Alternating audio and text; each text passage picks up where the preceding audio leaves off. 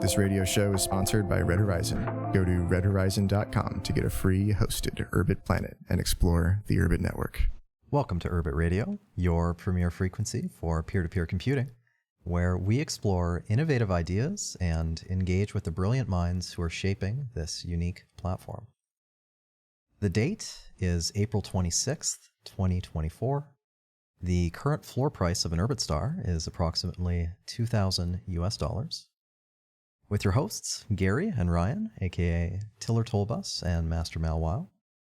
Today is my pleasure to introduce Kenny Rowe, also known as SickDev Pillnup.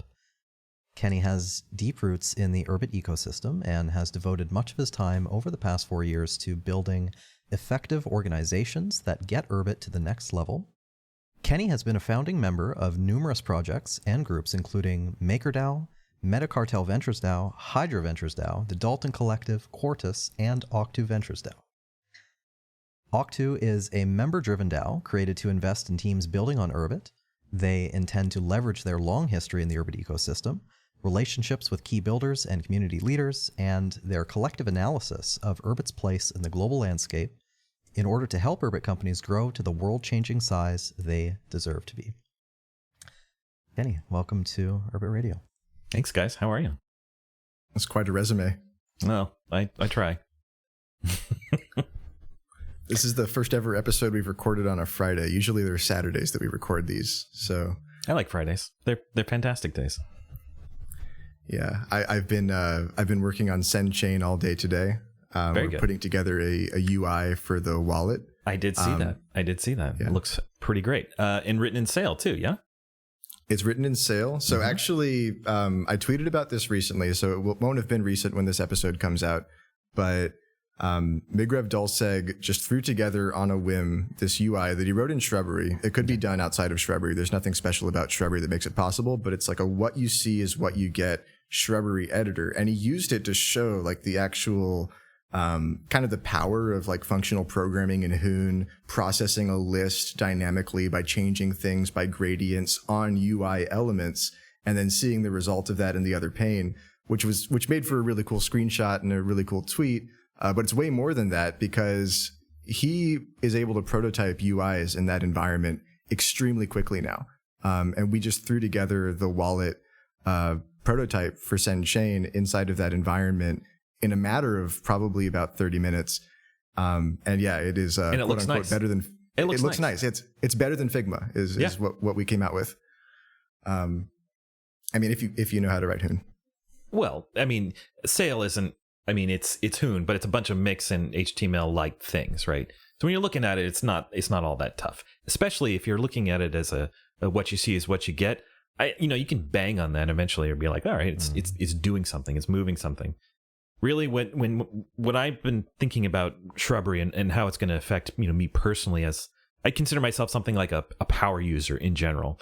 I can read code, I can write simple scripts for myself, I can do things like this, but I'm not a hardcore engineer. I'm not going to be on anybody's dev team anytime soon. But what I want is something that I can get in there and really kind of mess with and play around with. And Shrubbery really sort of brings this home to the power user in Urbit, because you've got these nodes, these little places within your computer in this namespace, in this tree of data. And one of these little nodes is like, oh, this is how something could look. And if I navigate to that almost like a space, right, then I can see it, I can visualize it, and I can start playing with it. And once I start doing that, then it becomes part of this other place here where I've got data that's going to operate on these different parts of the tree. And it feels very Excel-like to me, or at least what I use Excel for, Google Sheets, or whatever your spreadsheet platform is. It's like these little proto applications. I don't usually build little UI applications, but I have in the past. And Excel actually does allow you to create buttons and make things almost look like an application, but it's really just meant for a 2x2 grid. But if you think about the way Excel works, right, it's got these locations where data is and formulas, functional formulas. All Excel nerds are functional programmers and they just don't know it, right? You operate on this data and everything kind of updates in real time. And the more sophisticated as spreadsheets become, they can go out, they can go find more information on the internet, they can bring it back, they can update, they can refresh. They can't really do much else than that. There's not a lot of other actions that they can perform. But you can imagine in this shrubbery sort of landscape, you could have inputs, outputs, and actions all sort of tied together in a way that you can modify yourself. You can access new information from other places in the namespace, my ship to your ship, and really customize this stuff like to the nth degree. And this is extremely powerful, really, really exciting stuff. I think we're just getting started with what's possible here. And it really is, it's probably going to take a few, applications to really show what is possible and what can be done here. But this is like the next paradigm, I think, in the evolution of Urbit. And like, what does it mean to have a personal server, a personal computer that's really yours, that's network enabled, that's, able to call out to all different kinds of places on the internet and do things for you. Very, very kind of cool stuff. I'm really looking forward to it. Yeah.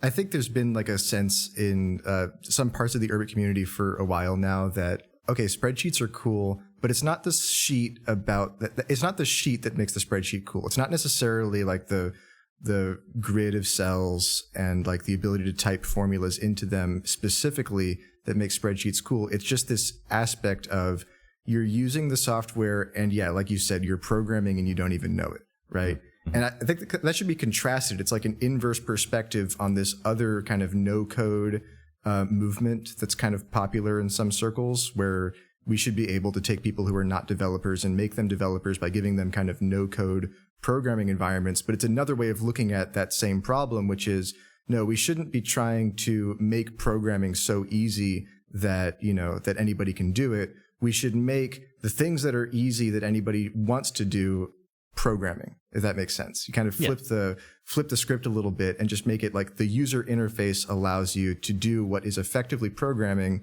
And yeah, it feels intuitive enough that that you don't even feel like you're learning a new discipline.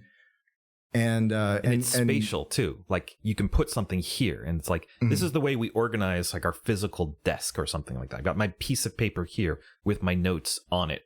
And then when you're programming though, it's a much higher level of abstraction, right? I've got this block of text that has to represent this object in my head. And then how is that going to get permutated and how is this all flowing?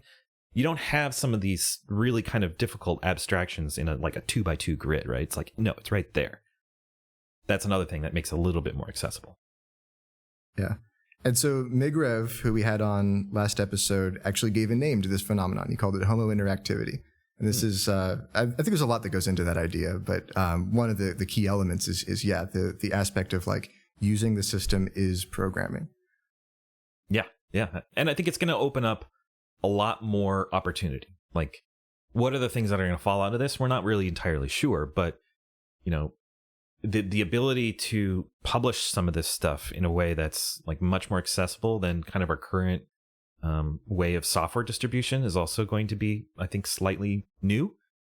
It probably is also going to be a bit more composable, though I'm not sure. I think there is some debate about how actual composability is going to work, or how, maybe you could put these things together. But it is certainly more well-defined than our current sort of structure with Gall, meaning like the APIs that you might want to use in order to, put PALs into some other application. PALs is a particularly well-written piece of software, and it's easy to sort of understand. And you can like figure out what the pokes are supposed to do and interact with it. But this isn't required in the current model of Gall apps, right? Whereas in Shrubbery, it's far more legible, or at least it's the promise of it that it's going to be far more legible. Right. Yeah. Can either of you explain to me what it will mean to install an application into one ship in a post-Shrubbery paradigm? So there's still a concept of desks in Shrubbery. We don't have prototypes for them yet, but we have an understanding of what they will look like. So you have your desks are going to be folders. So rather than in the Gall and Clay model where the desks are a very first-class notion, all data in the file system lives in a desk, which is like almost like a drive unto itself in some ways. A desk is a type of folder in Shrubbery, so it's more an aspect of something else than a thing unto itself. But they have like a somewhat privileged location, and that's where you're expected to have not just your the text of your code, but also the built results of that code, will live in a desk, and some resources you will refer to by not just the desk name, but also the source of that desk. So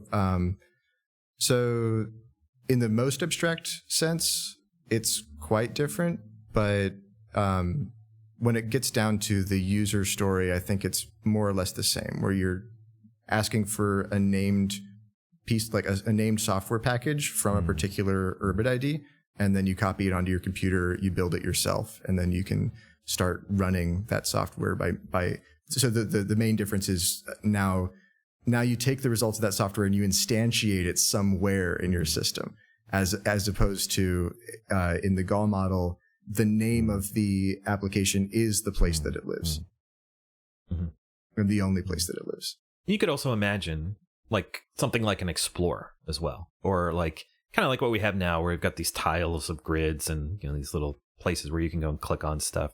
But my guess is, and I think probably Tiller can answer this a little bit more as well, like there's going to be ways in which to make this more legible from a user interface perspective, right? So the notion of an app store or some sort of explorer by which you can navigate the tree through something like a feed, right? Like you've got this list of things that are coming at you, and it's like, oh, what happens when you actually click on that, right? Maybe then that installs something somewhere else, that kind of thing. Yeah, there's this thing that Liam wants to do. He talks about it a lot, which is service discovery, which in a shrubbery context is kind of saying like,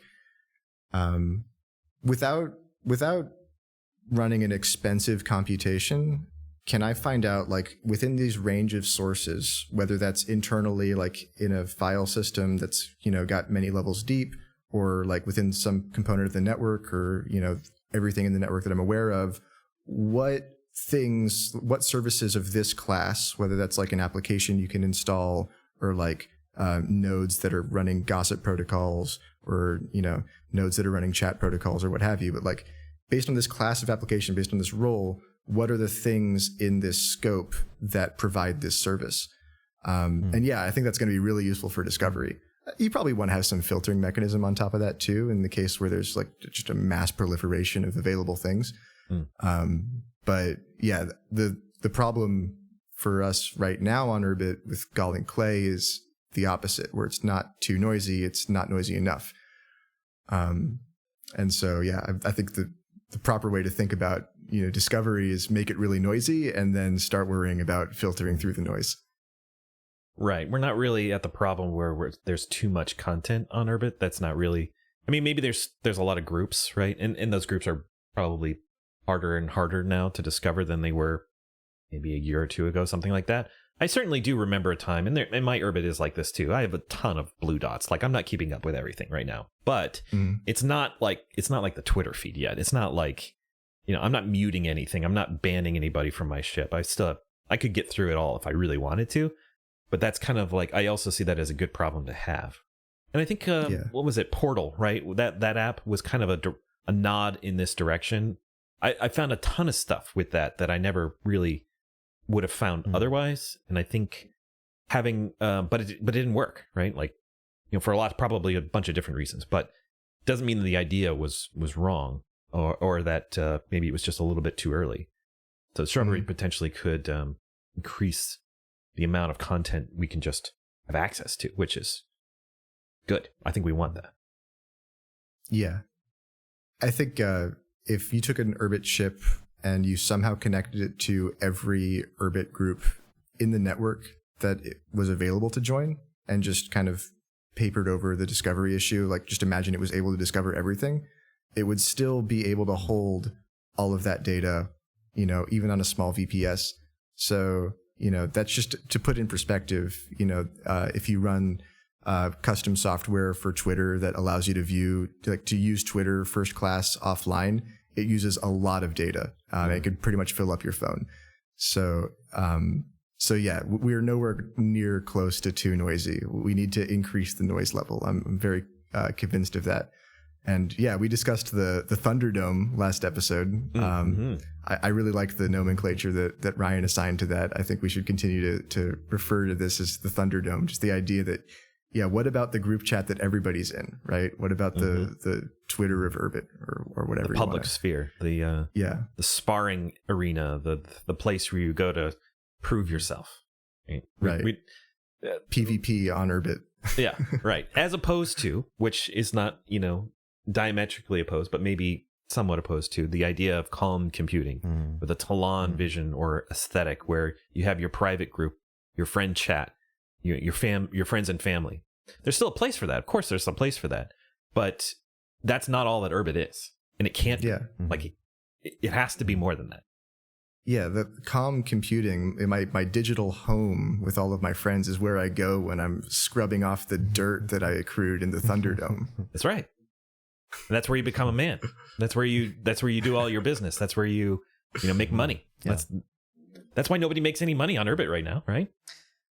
Yeah, because they have no opportunities to in the metaphor to fight for it. That's right. Yeah. This reminds me of something that's been on my mind. It's loosely termed as Urbit maximalism. How does Urbit take over the world? Like, how does it dominate? I used to think that, and I still do think to some extent, that Urbit is somewhat like neutral infrastructure, like money in that sense. You have a really good money when enemies use the same money.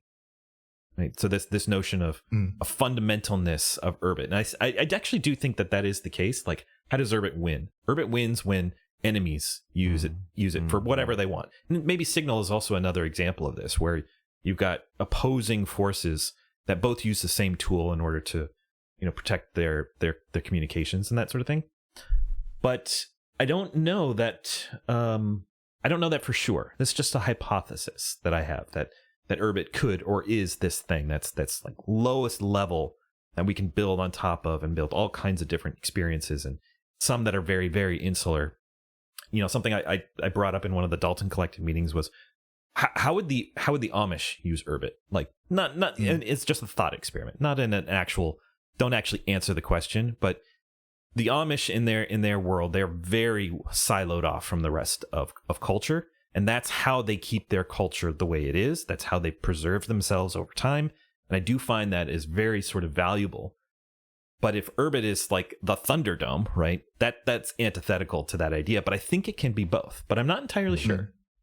Ryan, what do you think about that? Do you think... Well, I did reflect on this, that idea a little bit over the past couple of weeks. And I think that the reason that drove the intuition I expressed is that the Thunderdome has the potential for virality, and insular calm computing modes of usage don't have that is not as possible.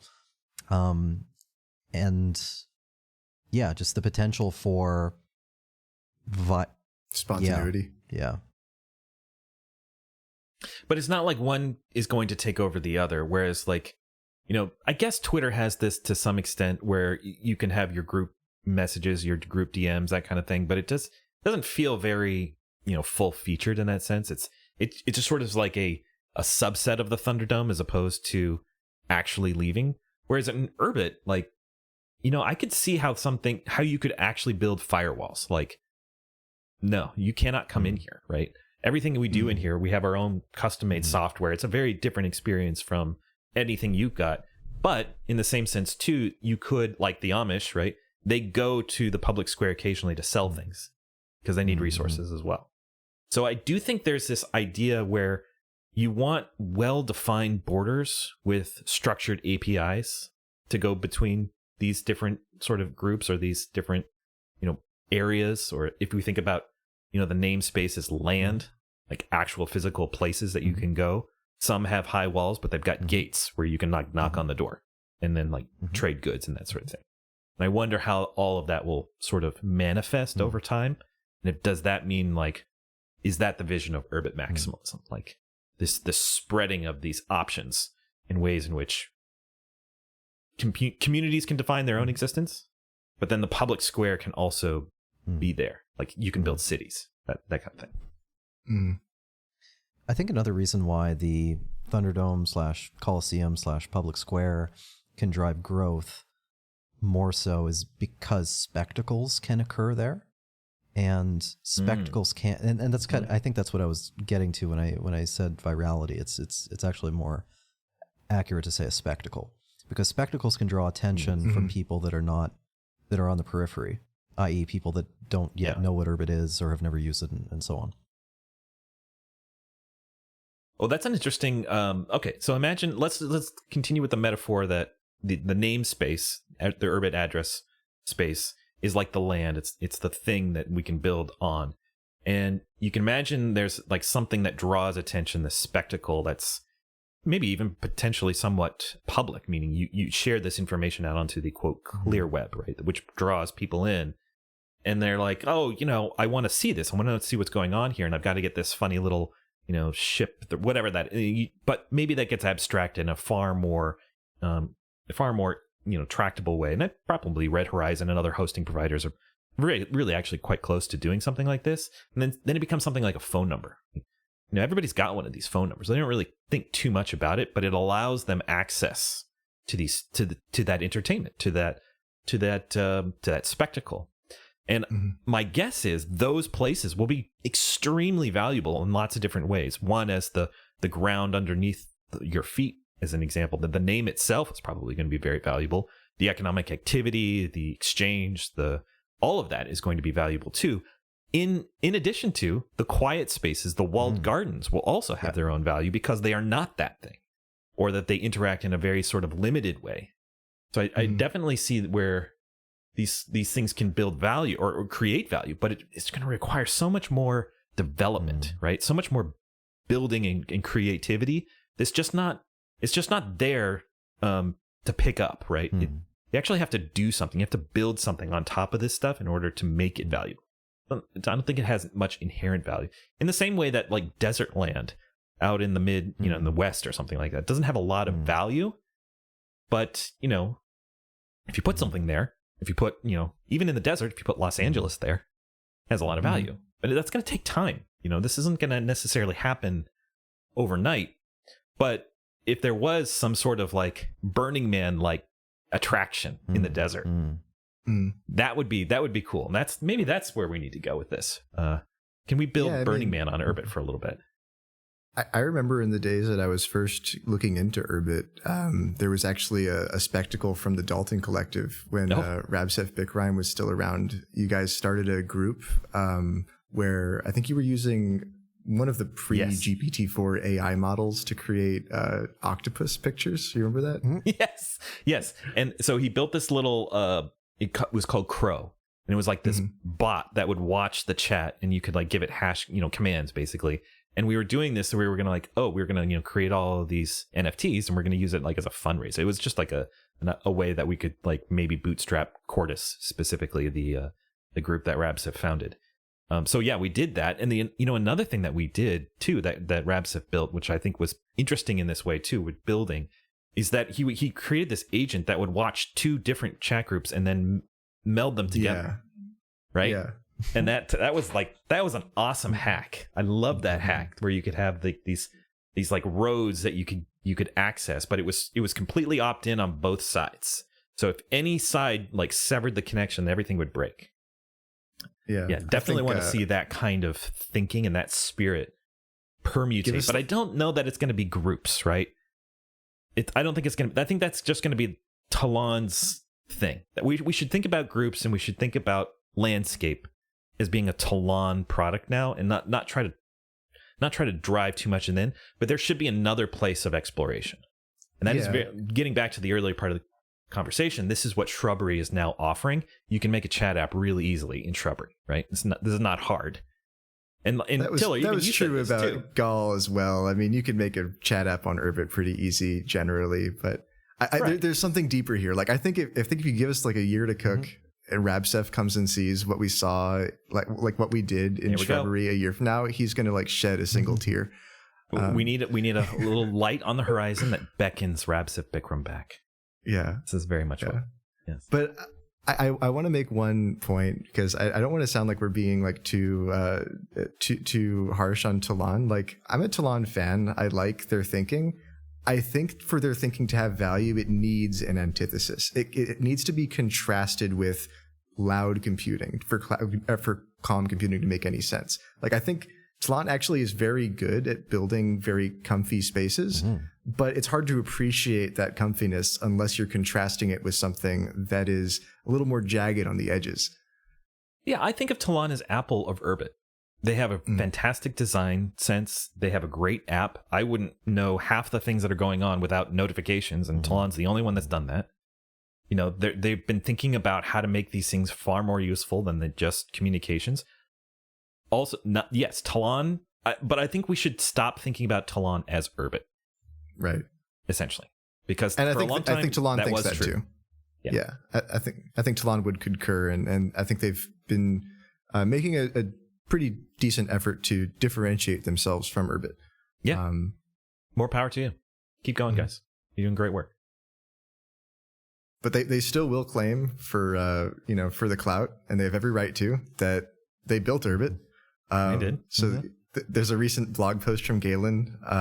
Probably put this in the show notes, but he was like, step 1 of Talon's strategy was build a personal server. Step 2 is build a chat app.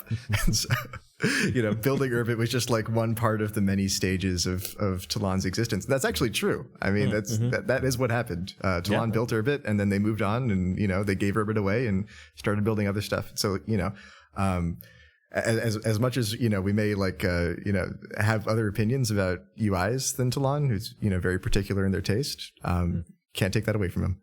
Well, here's something else too. Like, I have really wanted to get my extended family on Urbit for a while, right?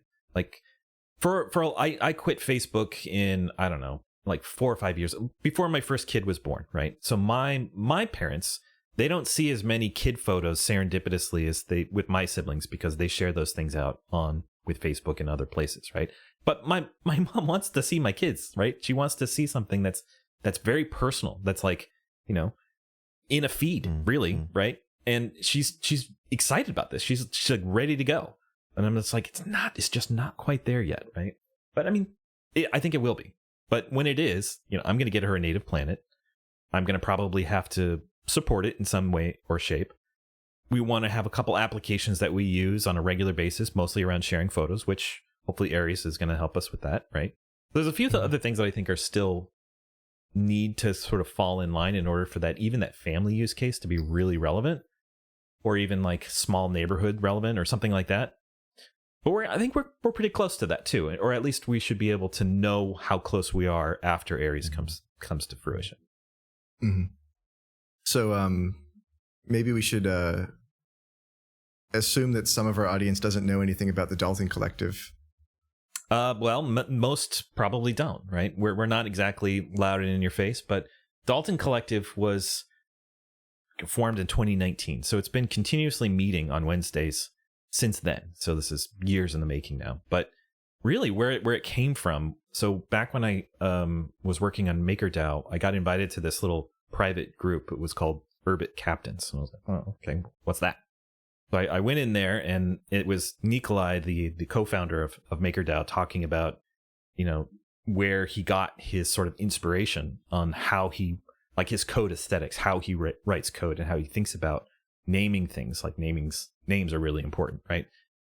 Okay. Well, and from the beginning, Maker was also, we ran our own servers. We used open source software. We didn't rely on third parties as much as maybe other groups do these days, and even MakerDAO to some extent has to rely on larger scaled things, but we run everything ourselves. So we already had this part of the ethos. And then when I was invited to this group, is like, and there's this computer that's going to run your interfaces for you, and it's going to store your data, and it's going to network over its own network, and it's got this ID space. And I was like, wow, this is interesting.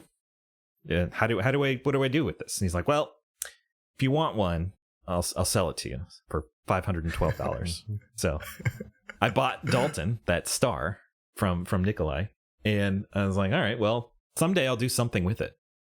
And time passed, and I went and did other projects, and I kind of came back, and I was looking around, and I was like, I don't know what that Urbit thing is doing. I wonder how they're doing. So I went to a New York meetup and met Galen and Eric, who used to be the COO of Talon, and just kind of get an idea where the project was at the time. And like, well, I have a star. What am I going to do with it? Well, maybe I should just give it away. And so at ETH Denver in, I think it was 2019, maybe 2020. Actually, it might have been 2020. We had like a little ceremony where we created a multi-sig and figured out how to like compose the bytecode, because this wasn't supported by any means, to move the Dalton star into a multi-sig so that it was controlled by more than one person. And that was really the beginning. The little nugget of an idea was, what would it look like to have a collectively owned star? Not just one person, but like multiple people. And it's been that way ever since. But as we kept meeting and doing like, what is this group for?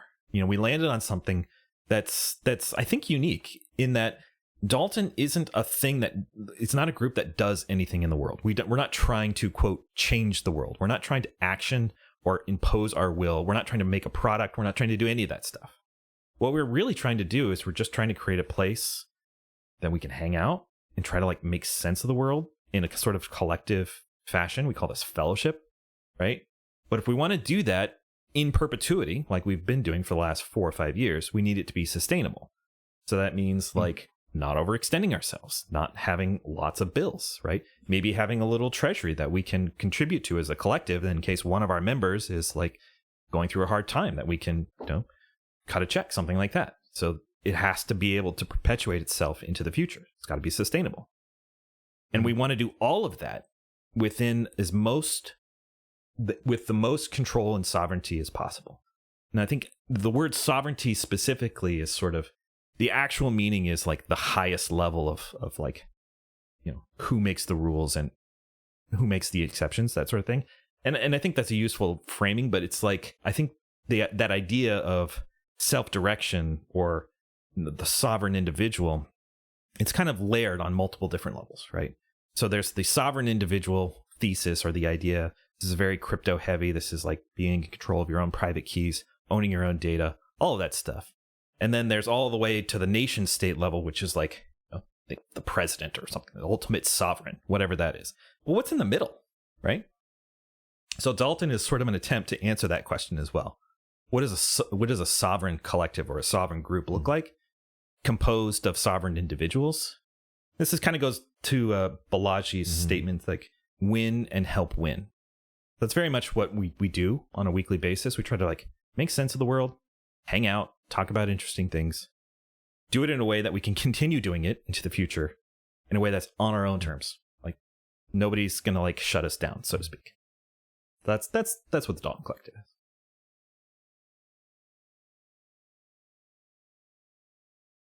So the Dalton Collective is spun off into a number of other projects. And I think you made this point once in a meeting that I attended, where you said that Dalton Collective doesn't do anything. It spins out organizations that do things. Yes. So it's always by proxy. Yes. That Dalton does anything. So you could probably enumerate more than I can, but I'm remembering there was Cordis, came out of the Dalton Collective. And then there's this new thing, NFT art show. That was like the first thing that we did. Right? NFT art show. Yeah. Yeah. We bought a space, like one of the, what was it, Decentraland, I think it was called. And we put like stuff up on the walls. So Talk Rex Hulpin. Remember all those Galaxy Girl portraits? Minder Folden, who does like the best sigil art. Like if anybody's seen Minder Folden's work, well, he's also a very talented painter as well. But anyway, we had a bunch of people who were like, let's do a gallery. And so we had this whole big event, and it was fun, and but it just lots of experiments. Like, what can we do? What's interesting? What's fun? You just made me realize, note to self, we got to bring Minder Folden on the show. Oh, absolutely. Yeah.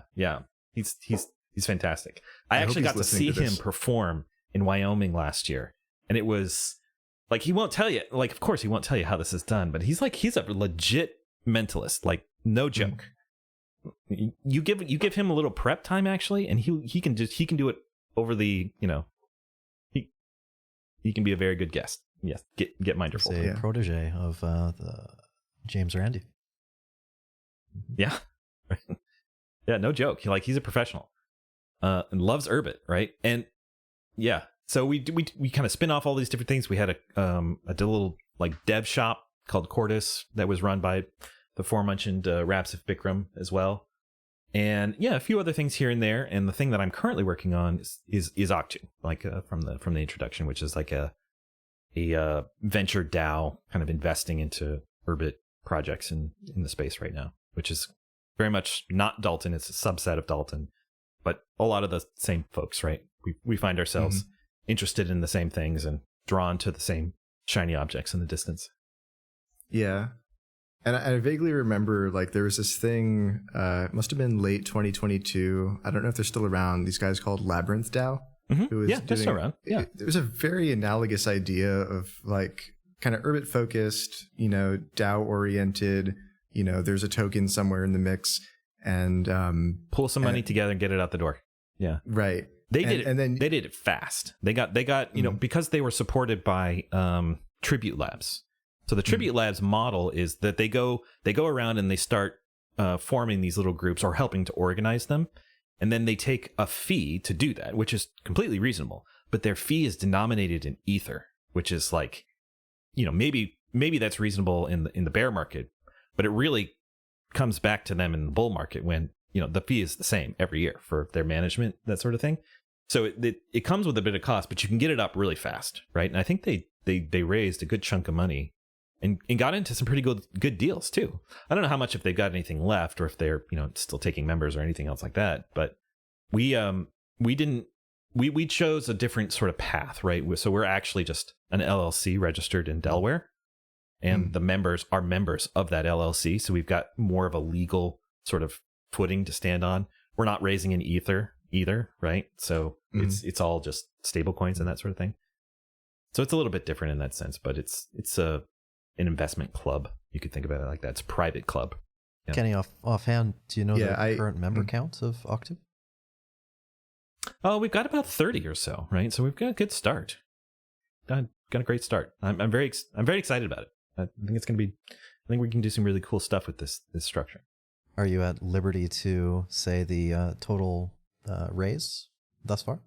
I think we've got a good start. I don't want to put too much out there, especially since this is public, right? I don't want to be recruiting, right? This is where we're at right now. So we've got a good start, and I think we're gonna be just fine. Well, maybe not recruiting, but if people are starting Urbit projects and they think those projects might make some money. Oh yeah, well, if there are folks listening that are like, hey, we're a early stage idea, we need some either capital or something else like that. Sure, yeah, definitely get in touch with us. So that's just octu.ventures. Good place to find us. And so is Octu Ventures specifically for Urbit projects, or? Yes. However, what does that actually mean? That is sort of less clear, right? So example of that, Zorp, when they're building Nock chain. Is that an Urbit project? Well, kind of it is. I mean, they're using Nock, right? Which is the lowest level of what Urbit is, but it's not using the rest of the stack, so to speak. So I think there is some ambiguity there, what it means to be an Urbit project, but really the thesis behind Octu Ventures is that Urbit wins is like an infrastructure layer, right? We don't necessarily need everybody coming into Urbit right now to be bought into the whole stack, bought into the whole philosophy, the whole meme, the culture. But what we do need is Urbit to be useful enough to entrepreneurs to be like, I'm not going to be able to go after eBay if I have to store customer data, if I have to worry about payments, if I have all of these regulatory requirements, but I might be able to take on something like that if it's a peer-to-peer network, if all of these criteria are true, which means I think that, the way in which Urbit's next level of adoption is likely to happen is by applications, people building on top of it in ways that they couldn't or would be infeasible with Web 2 type technologies. So this is Urbit Inside. This is the Linux philosophy of like adoption, that sort of thing. Whereas, we never really got a Linux desktop, so to speak, right? Half of the phones right now run on Linux. All of the web servers run on Linux. Everybody uses Linux, but they just don't know that they're using Linux. I think that's probably like the path to mass adoption in the medium term, something like that. Whereas this is sort of the ground. It's the infrastructure that everything else gets built on. That kind of thing. And we want to find those projects that understand this, that are going to market with a compelling offering that we can get a piece of. That's really what we're going after. Kenny, I think you raised an interesting point there, which is that an entrepreneur should be able to look at Urbit and think, okay, I see an advantage here because I could use this to develop peer-to-peer software that could outcompete existing centralized services, such as eBay. That's right. And that reminds me of one of the bullet points in the Octo investment thesis, which was regulatory arbitrage. And this is an especially pertinent topic given that, from my understanding, the developer of the Samurai wallet was recently the target of some kind of regulatory action, maybe arrested, if I understand correctly. Yeah, actually arrested. And then this is anti-money laundering, AML, KYC, these kinds of things. And I'm not sure exactly if this is the quote target audience that we're thinking about in terms of like user adoption, that sort of thing, is like taking on the state, that sort of thing. But when we talk about regulatory arbitrage, another great example is GDPR, right? So this is the European regulations that has affected everybody on the internet, which is all those boxes that you've got to click accept to and all this other stuff, which is if you're holding customer data, here's the regulations that you need to follow, which is, let's say, whether that's good or that's bad or it's adding friction, for sure, right? And if you're not doing that, if you're in control of your own data, then you're not subject to GDPR by their own standards. Other, like arbitrage opportunities, which so eBay is now got a regulatory moat around it because they can comply. That's really what I mean by when it's like arbitrage in that sense. Is there many different businesses that are legitimate businesses that everybody wants, right? So this is marketplaces and all these sorts of applications.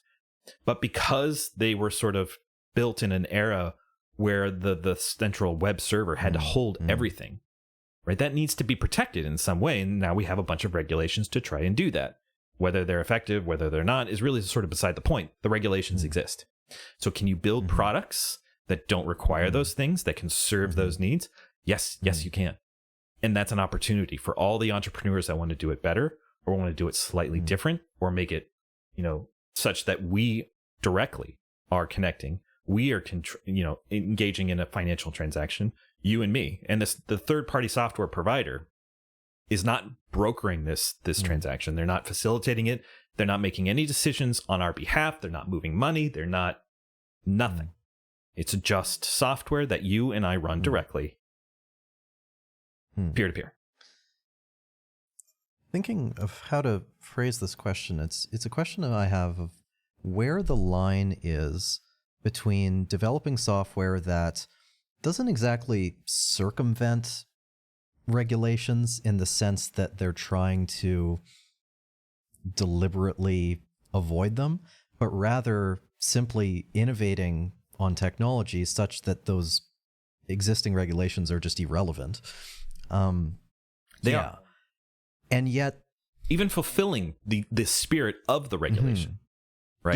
Yes. Typically, a regulator is like, hey, there's an actor here with outsized influence. We need to make sure they are not bad actors. That is a noble and worthy thing, right? We should do that. Let's just get rid of privileged actors altogether. I mean, as much as possible, right? But then I suppose there's another class of applications that will violate the intent of the regulation through some innovative piece of software. And those are the kinds of software that would still invite regulatory action upon the developers that might create them. Does that sound right? Yeah. That's true. And I don't necessarily have a strong take there other than general notions of what freedom means in a free society. I think that should be like a foundation for most of us here listening to this podcast, that yes, we should have certain rights, right? Maybe even enshrined in a document somewhere, hung up on a post office, maybe, right? So I think if we are an open and free society and we're actually committed to that, I think this stuff will get worked out. Maybe it'll take a while. Maybe we'll have to win some court battles. Yeah. But I think, for example, right, when the SEC decided to take on Uniswap, that is the best of us. Good luck. I invite that. I look forward to seeing the outcome of that. It's going to take a while, right? But eventually we will get clarity. Eventually we will course correct, I think. I think because there are a lot of things, there are a lot of benefits to open and free societies that, if you start clamping down, eventually it just kind of collapses under its own weight. So I just think there's a natural advantage built in here too. But it might take some time to get clarity on that. Alrighty, guys, this has been a great start. Let's have no more poetry. Play us some relaxing, atmospheric, futuristic music, and we'll be back after a short break.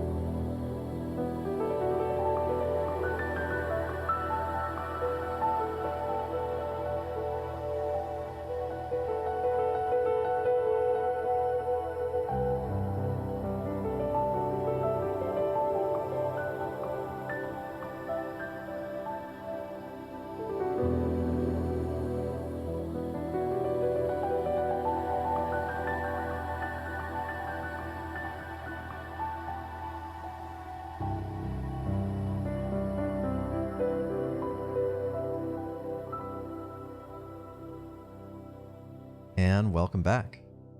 So this is the first episode that's been recorded where the price of stars has actually increased relative to the past, which is a statement that cannot be made for very many points over the past year, really. And that bravo, Urbit. And that makes me wonder something I've wondered with respect to Octu and just other parties that are interested in investing in Urbit startups is, what is your thinking?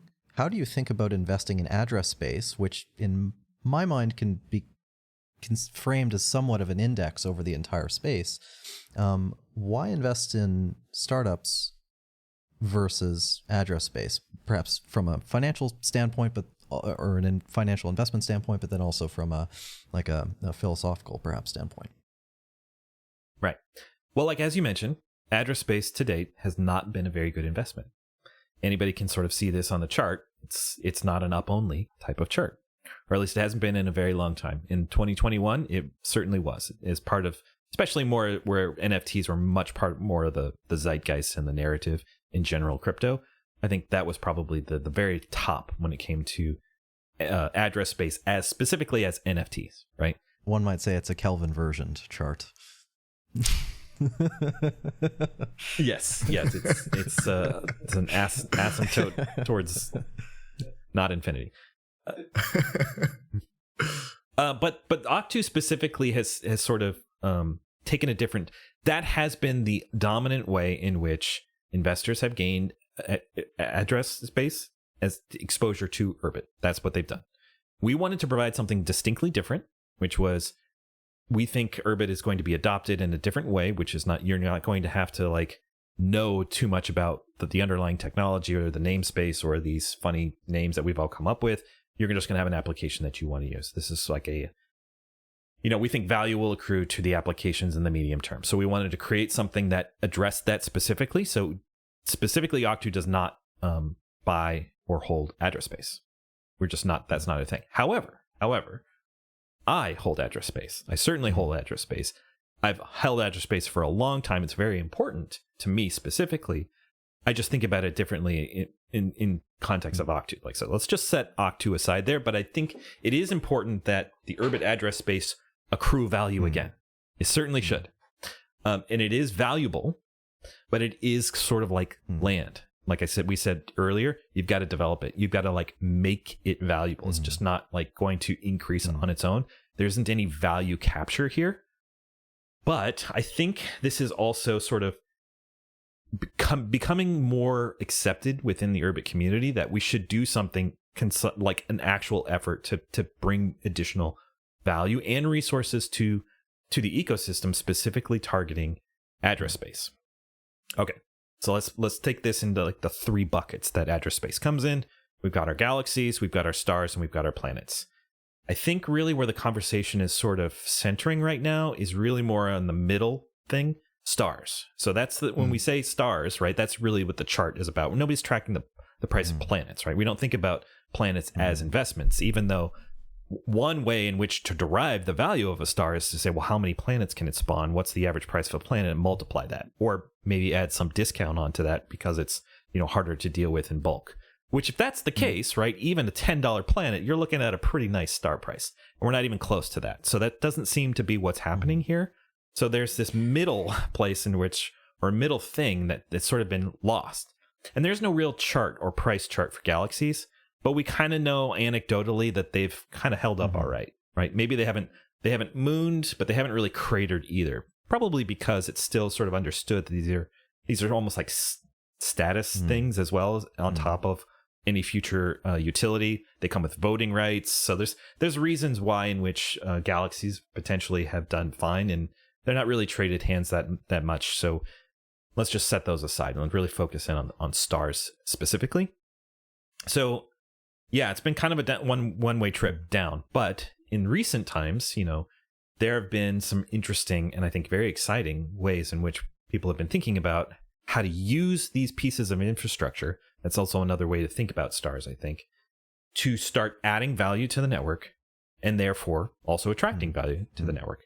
And really what it comes down to is Urbit doesn't have any notion of consensus, right?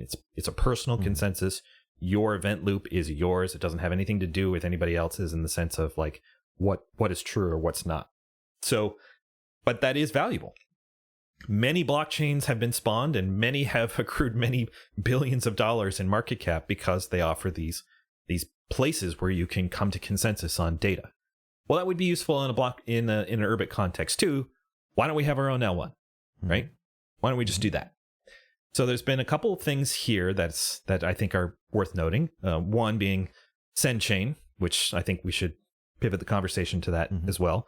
But also the other one is a L1 proposed originally by Sunny Aggarwal at the last Urbit Assembly, which was based on a kind of Cosmos SDK framework. So if the listeners aren't familiar, there's sort of like, there's the Bitcoin world, there's the Ethereum world, there's the Solana world, and then kind of coming up right below that is the Cosmos world. And the Cosmos world says and all of these actually seem to be kind of co-evolving together, really, and coming up with some of the same sort of conclusions about things. But specifically Cosmos, what their thesis here is you should run your own blockchain for your own community with your own validators doing everything by your, like, whatever you want, go for it. We're just going to provide you some scaffolding to do it. We're going to make it super modular. So if like, no, I don't want the networking to do this. No, I don't want my consensus. Well, actually, they're providing consensus with Tendermint, which has a new name now, I think. Something Comet, something. Anyway, it's maximally sovereign is really what the idea there is. Comet BFT, I think. Yeah, there we go. And the idea here is that if you've got some application that you really want to build and has some little thing about it that's just not serving your needs in the Ethereum or Bitcoin or Solana world, you know, come to Cosmos, build it here, that kind of idea.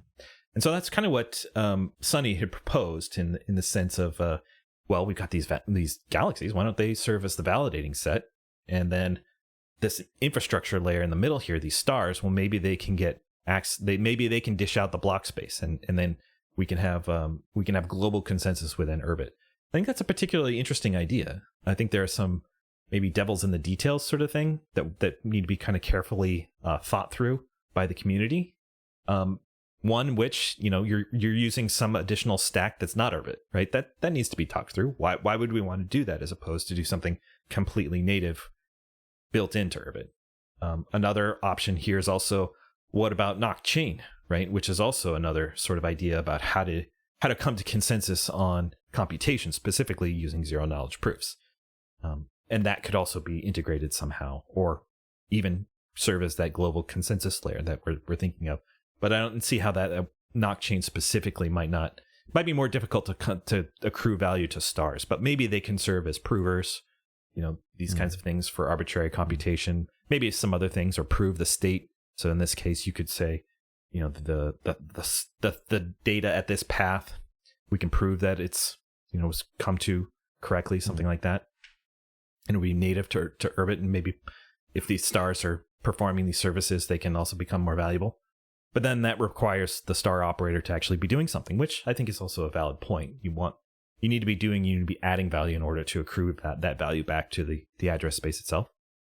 And then the last one really is SendChain, which I think we should probably spend some time talking about it, since we've got the developer here, which is a completely native version of it.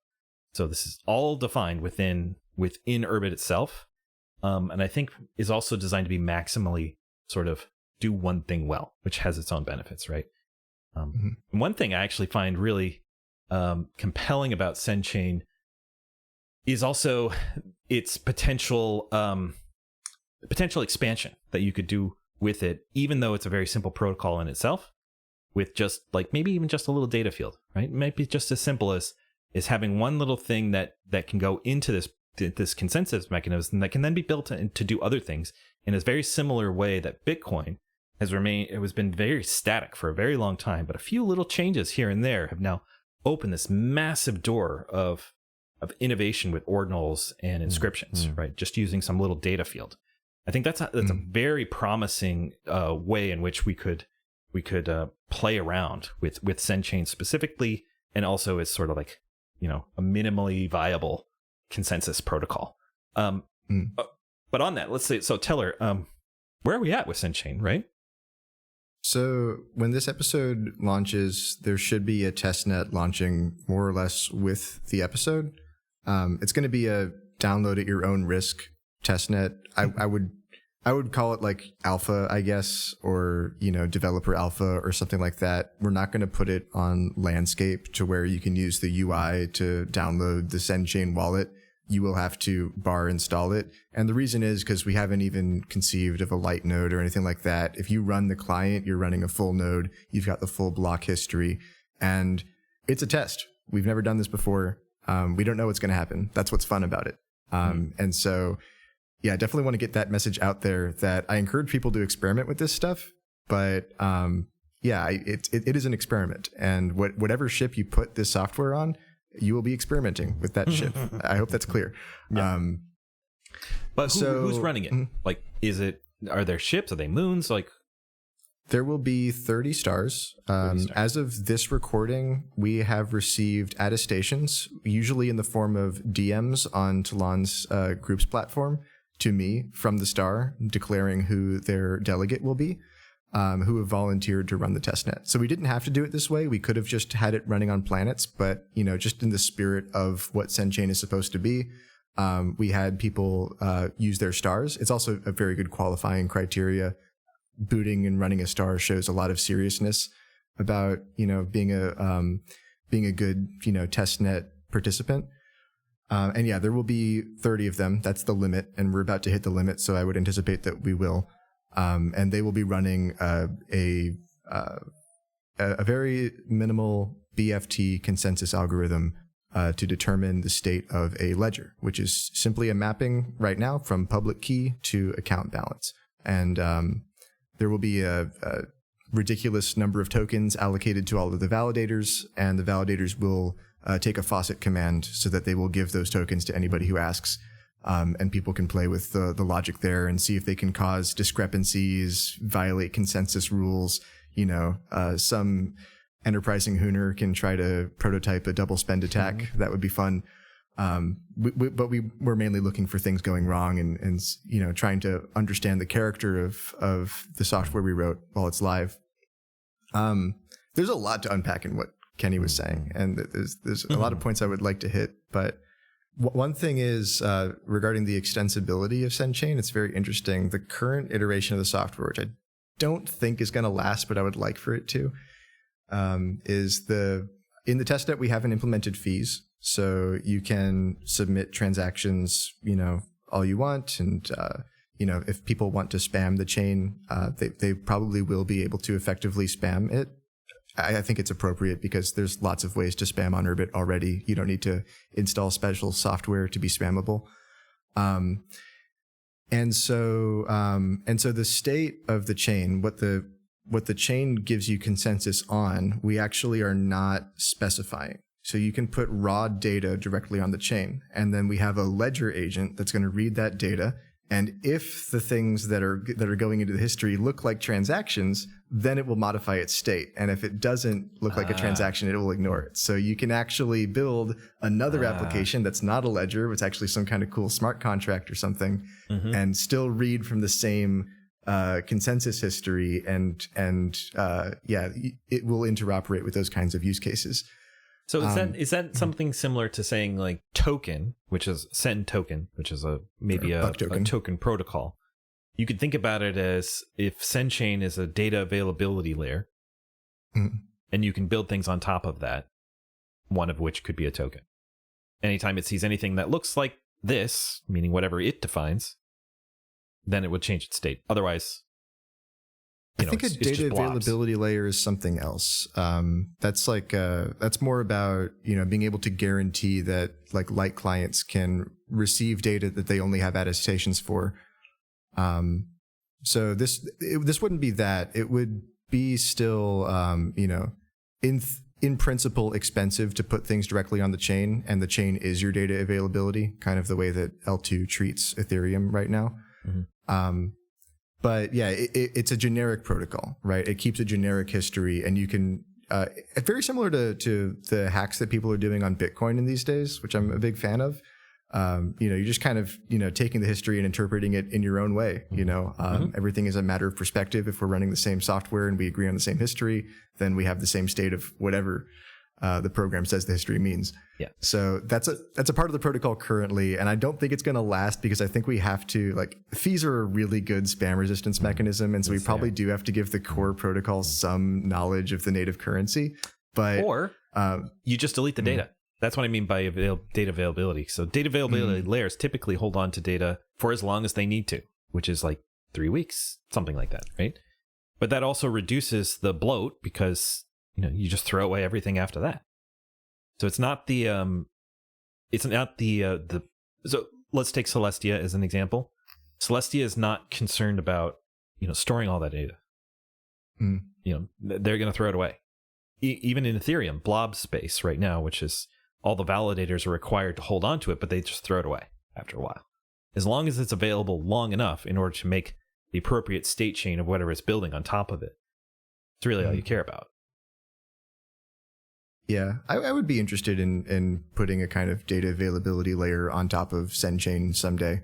I think it's a cool idea. But yeah, in principle, we have a very generic protocol, and it would be nice if it was so generic to not even know about its own conception of money. But it would also be bad for the price of buck tokens. So, buck token. There we go. But it's buck token, not send token. Yeah, of course. Yeah. Well, we have Send Ledger, which is that is the agent that I think we're going to continue to mature into. When it has the full Urbit ID integration, it will be, it'll be a ledger of account to balance, and an account could be an Urbit ID. What does the namespace? How do you see that kind of interacting with SendChain long term, or at least even in the medium term? There's a couple of interesting interactions. One of them is that the referential transparency of the Scry namespace is still vulnerable to the double spend attack, where you can still just run forked software that responds to the same query in two different ways. And so the way that you think about penalizing nodes that double spend or double sign in a consensus context, I think has some cross compatibility or some crossover into trying to ensure the security of the Scry namespace.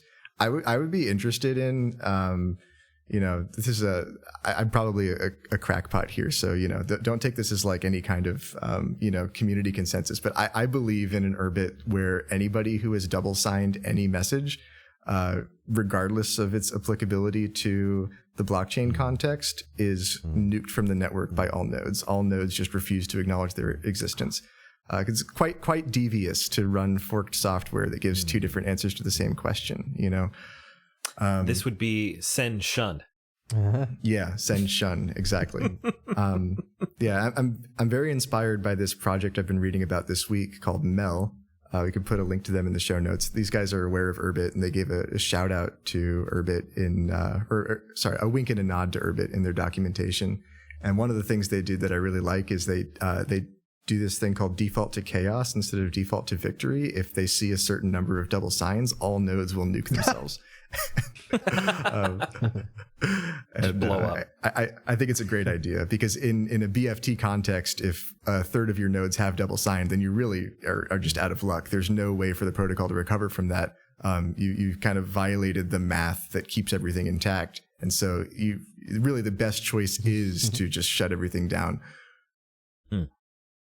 But yeah, I think because we were dealing with proof of identity here, right? Yeah, the idea is the scarcity of stars backs the token. And one thing I really like about that is that there are a lot of I would use the term of art of like clusterfuck. Like there's a lot of clusterfucks that have occurred in like the proof of stake kind of networks where like because they were irresponsible or maybe even trying to be responsible but failed to distribute the token in an equitable way, that's actually a security risk for the chain or for the protocol, because they're kind of intermixing value with security. And so SendChain doesn't do that. It kind of bootstraps its security with Urbit ID.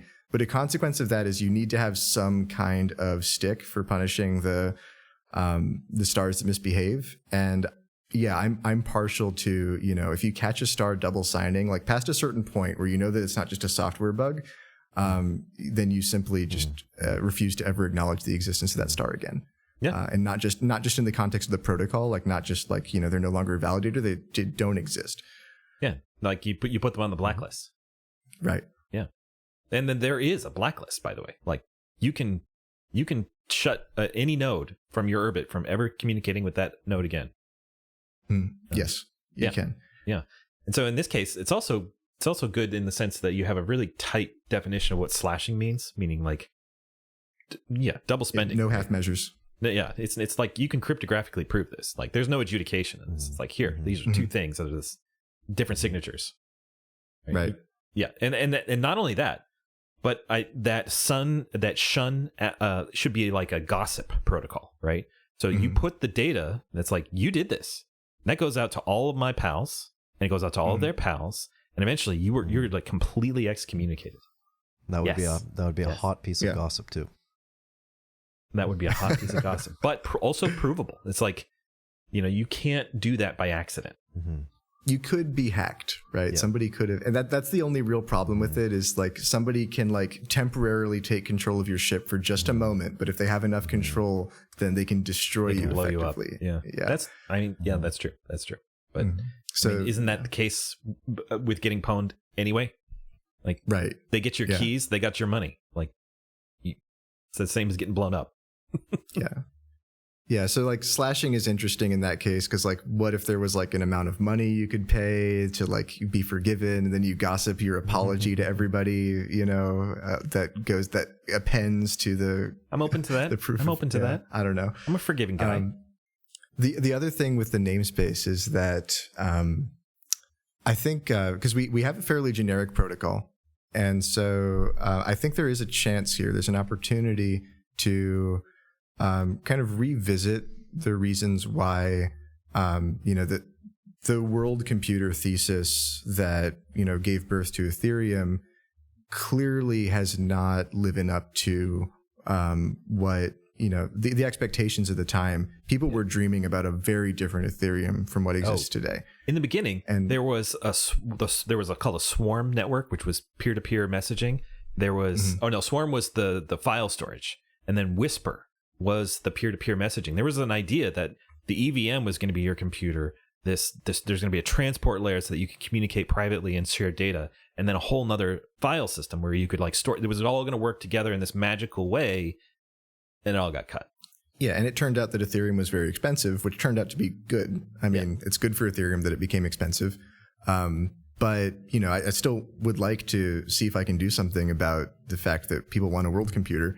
And yeah, like the pedestrian applications should be able to use consensus more, I think. Like, I think the main reason why most, I could conceive of the crypto ecosystem, and I'm not a big crypto user, so that's probably why I have a bit of a cynical view. But I could see that the crypto ecosystem is like a kind of layered tree. Like you have the L1 and then possibly L2 protocols underneath it, or data availability layers or what have you. And like these protocols that kind of layer underneath the L1s are looking for like they're trying to collect fees and get adoption from users. That, you know, kind of siphon a little bit of the value that's being exchanged into their pockets. And that's all fine and good. But then like at some point in the tree, you need to find a leaf, which is somebody achieving a real use case, right? A user is willing to pay money in order to do something with your program. And like, in my view, pretty much all of the leaves in the blockchain ecosystem that meet that definition are speculative cases. They're people like essentially gambling. Usually they're legitimately, like even cynically trying to get something for nothing. And so I think probably the reason for that is just because using like a maximally secure and decentralized, you know, state machine for pedestrian applications is a bad idea because they're expensive.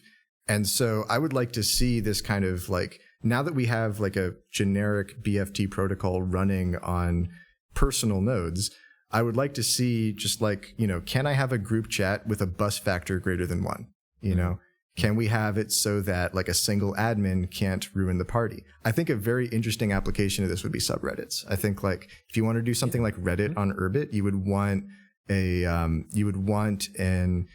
environment where like a community of admins, like let's say, I think a good number would be like 10 to 20 admins are keeping track of, you know, a ban list or an allow list, or maybe even a leaderboard or something like that.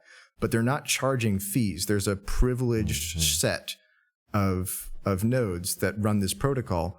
And they're just trying to keep each other in check. And they have their own mechanisms for dealing with spam.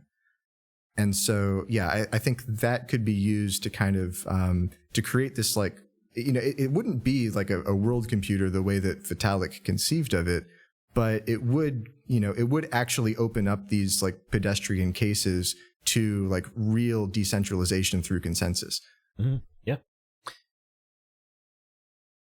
Well, I mean, we're facing this kind of the same thing with the Dalton Collective. Everything was on my ship and I had to breach because I had a hard drive failure.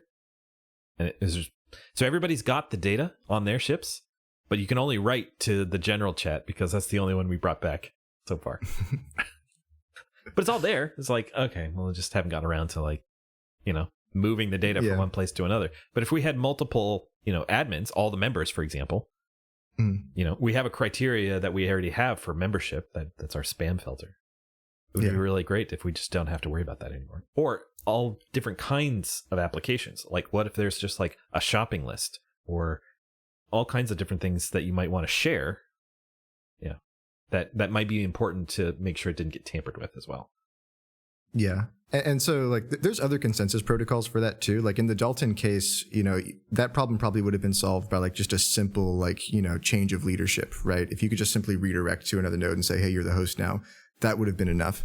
But there are other cases, especially when you have like, you know, communities that are politically active, for example, where like, you know, internal drama is actually like an existential risk to people's ability to keep chatting. And usually like the audience is like, you know, they consider the personal drama amongst the admins and the janitors to be like a nuisance, right? They would like to have some guarantee away from that they could continue to use the thing. And so, yeah, I think that like Shrubbery is really cool there. If you were to like mix the ideas of Send Chain and Shrubbery together, because in Shrubbery, like you have like this extension where files can live deeply in a path, and then parentage in the path structure can exert control over children. And so you can actually say that like the state of some application is like strictly controlled by this other application, which is a consensus protocol. You could do that for like very simple, like change of leadership type of consensus where like one bad actor can still spoil the bunch, but you have better tolerance about crashing or bugs. And then, yeah, you could also have like, you know, more trustlessness around like misbehaving admins and internal drama and stuff. And I actually think that's a really cool That's a really cool case of using consensus protocols that I think Urbit is like very uniquely positioned to attack, because you really wouldn't want to do like a Web 2 style. Like I wouldn't want to build Discord with consensus. That would be just very annoying. I want people to have personal nodes. I want them to have like, easy software distribution running, protocols with this kind of like, the agent-based tree structure of Shrubbery. Often you hear L2s as being described as value-added resellers. I think that's maybe a helpful framing of what we're trying to do with stars specifically. Mm-hmm. There's been a notion in the past that, stars are going to be service providers. They're going to do something. They're going to add some value, or they're going to offer some service. They're going to store some data for you. They're going to, cache whatever they're going to serve up your Shrek 2, on a high bandwidth connection, whatever it is. And that's how stars were going to sort of accumulate value, or, attract value, or that's why they'd be valuable. And I think there's a sense in which that's true, but just saying it or just understanding that's possible is different than what are they actually going to do? What are they actually going to provide? What are they going to what are they going to do for us? Right. And now we're starting to see an answer to what are the services that stars might provide. They might provide access to block space. They might provide validation services.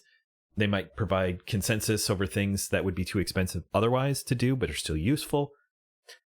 I think this is likely promising, meaning we've already seen this sort of work in the L2 space, where you've got different applications that attract value because they offer either greater throughput or some, other specified thing. Gaming is another thing we really haven't tried on Urbit.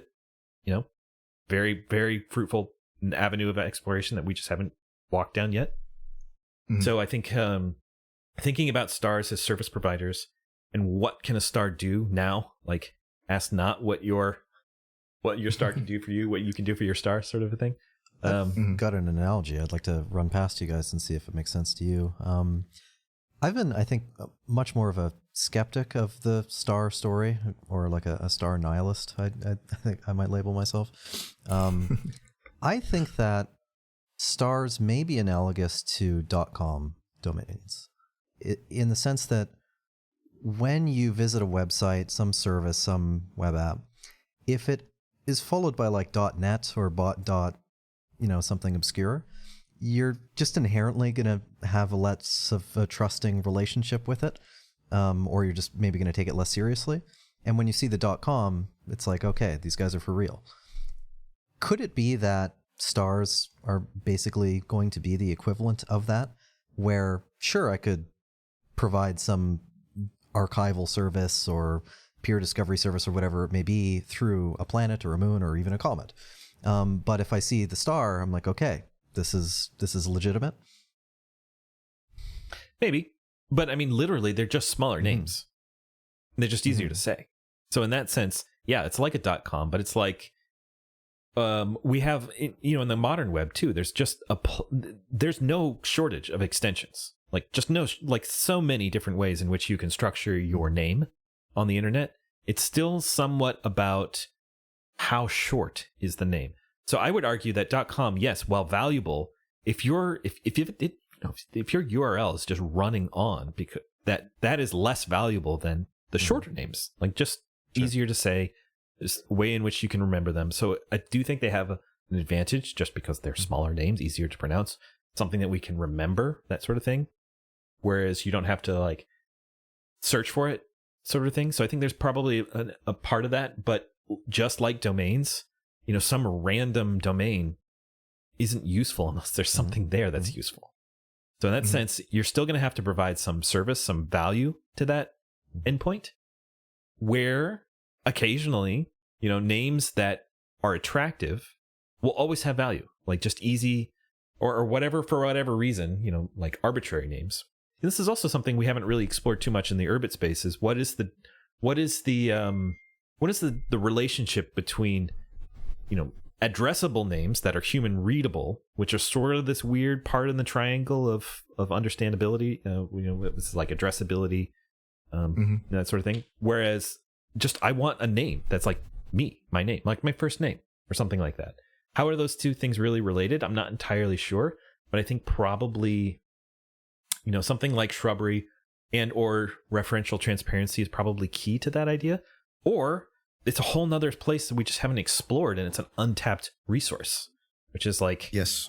Yeah, Yeah, something we there's just an don't know untapped about. resource. I think probably. So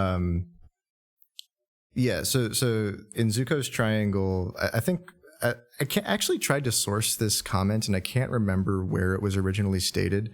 But Urbit ID was kind of announced as like a 70% solution to Zuko's triangle. So it's like 70% human readable, as opposed to 100.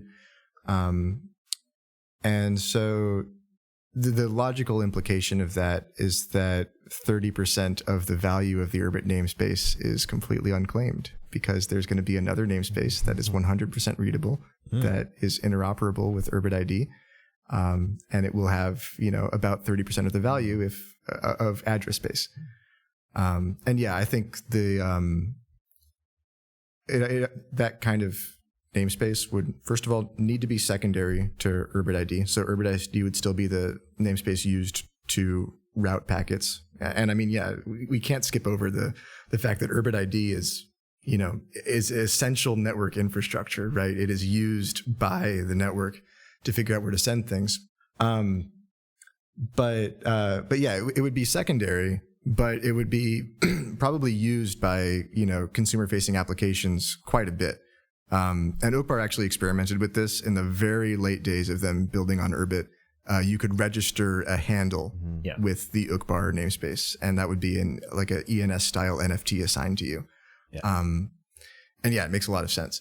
So in this way, I mean, this is exactly like the .com. So, but this is now on the Galaxy level. So Zod, Foss, like pets.com. The most valuable domain is all the domains under Zod, because that's the most recognizable name.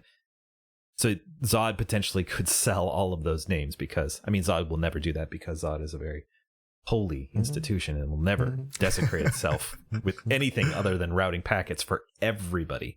But other galaxies might, right? So what are those other galaxies that might be willing to offer up that higher level domain namespace? Yeah, that's an interesting question for the Galactic Senate, I think. I mean, I think if you want to analyze a naked star who can no longer sell planets, as what's the value proposition here? What's the value of a naked star? I think is really the question, right? And so if you take the star nihilism approach of it's just a name, and it's a better name because it's shorter, then I think the logical conclusion is, if you have a very punny planet, it's worth about a naked star. Yeah. Which, I mean, if you look at people, what they go for and what they try to find, that's... I bet you could prove this empirically. I bet if you were to pull the trade history or sale history from OpenSea and add it up and normalize like all the novelty names against star sales, I bet you would find that they're about the same. That actually the bundle of planets would on average be worth more than any individual star. Yeah, I think I have some skepticism about this like star nihilism thing. I'm a star nihilist skeptic, star nihilism skepticism, but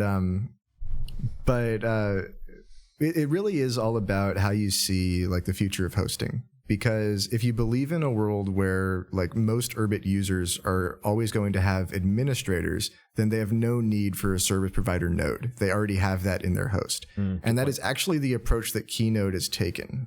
They've kind of taken the on the ground reality of Urbit today and stated like, we believe this is just kind of a fact of reality. It's always going to be this way. And so, the Keynote analog to a sponsor is really just your provider. And yeah, I mean, if you believe that, hosts might still exist, but they won't be administrating your ship, they'll just kind of be tending to its connectivity, then you still need sponsorship to provide services. And if you believe that people are eventually going to be hosting mostly out of their homes, then you also still need sponsorship. Yeah, that's a good point. And I get the sense that it's probably likely going to be hosting for the vast majority of folks. I think likely we'll get a pretty good answer to exit. Like, how do I jettison myself permissionlessly from a host? And I do think that is a worthwhile goal that we should strive towards, which is just not saying anything about the providing services, but will probably mean that there's at least some firewall to administration somewhere.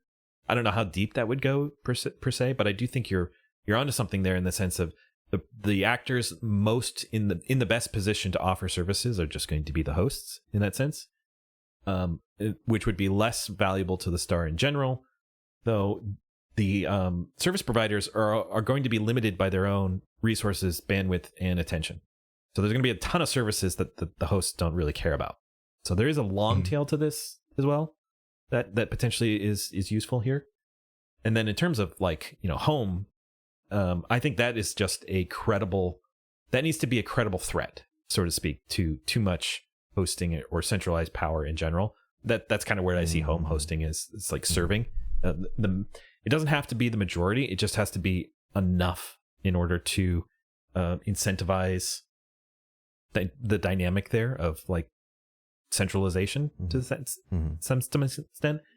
And actually, on that note, one of the things I've been really interested recently is this new protocol called hieroglyphs, and its hieroglyphs is just giving more sort of autonomy and authority to solo validators as opposed to these juggernauts that are now sort of taking over the proof of stake ecosystem. And I think maybe there's an opportunity for solo, let's call native planet aficionados to actually also, if you run a ship and some dedicated hardware that is infeasible to run as a provider, as a large host, adding value or attracting value or refining a resource in some way. Very, very interested to see how that might shape up. Yeah. I quite enjoy the game of in one case, in the planet case, I think in any case, you're trying to accrue value to a name on Urbit. That's the game. That's the game of Urbit. It's like persistent identity is baked in. And so once you're playing in the network, you're trying to accrue value to the name. And so if you have a planet and it's your personal use planet, then you're trying to improve the value by being a gangster, by just being very, by being very respectable. And then if you're an organization, which is more for like stars, then you're trying to accrue value by providing service, by being reliable, right? And so, I don't think that's going to go away at all. I think like the base game of Urbit is accruing value to the name. And that's what consumers and producers are going to be doing. I generally agree with you, but I would have a counter to that, which is that the galaxies seem to be failing at this. There are almost no legible galaxies. They're almost all anonymous, as far as I know. Why is that? Yeah, because they don't know. They don't realize. They just don't know. Well, they obviously know that this is some sort of... They know the value of that short name, but they don't want to stick their neck out when they say, yeah, that's me. Why do they not want to do that? Or at least most of them don't. Well, I mean, so a lot of the galaxies are operated by Talon and UF, and they don't really have a particular galaxy representing them. No, correct. But yeah, I mean, Zod is has a great brand. It does. Yeah, actually, I think Red Horizon could do more with Sen. That's the galaxy that we run. I've always wanted to, we actually picked Sen because it sounds like the end of Red Horizon. And so we wanted to be part of our brand somewhere. I think we had some designs of using the Sen sigil in places in our applications. We should do more of that. Note to self. To your earlier point, Gary, I wonder whether this second layer namespace that is limited might be the natural absorber of branding value, because while Azimuth does achieve a high degree of readability or legibility, human readability, it is still a difficult target for branding. And yeah, you guys are named Red Horizon, right? It's not Sen.com or something like that. We're not named Sen, right? Well, what about Terrell as an? I mean, that just too. that happened to coincide with a cultural meme, though, which helps. But right? Does that scale beyond fanatics? No, I don't think so. Which just means that there are likely places in the landscape that are obviously good places to put things and that make them more valuable. So in the geographic analogy, stuff by water is always more valuable than not by water. I just want to throw a tidbit in there. When Liam is building Shrubbery, he owns the galaxy Met, and in the original case of Shrubbery, he hard-coded Met as the only fake ship that can run Shrubbery. And I think people should do that too. If you're an Urbit dev and you're using a lot of fake ships, you should like choose a favorite galaxy, run that fake galaxy. Some of them are punny too. Somebody Midlove Mindire today was playing with Shrubbery, and he created Pet because he was running the Neo app and he wanted it to be a Neo pet. It's kind of cute. So yeah, I think I don't think it's totally dismissed, the idea of building a brand around your galaxy, and on the point of stars. I mean, I think there's only been a few efforts there as well to build a brand around a star. That's true. So I think it's just underexplored because we're still kind of growing and young, and people haven't really figured out the dynamics of the game, and so it's the people with initiative who are going to set the dynamics by proving it out, by being the first movers. But I think that aspect of the dynamic where fundamentally you have a name and you want that name to be more valuable than what it was when you bought it, I think is going to be like an underlying principle the whole time. Yeah. Urbit is still young. We're still figuring ourselves out. There's still a lot of opportunity, a lot of wilderness to explore. The Thunderdome is here, or at least will be here soon. You can test yourself against the best. It's a great place to be. Wouldn't want to be anywhere else. That's a great point. Let's go to a break. No More Poetry is going to play us some adventurous, stellar music with lasers, and we'll be right back.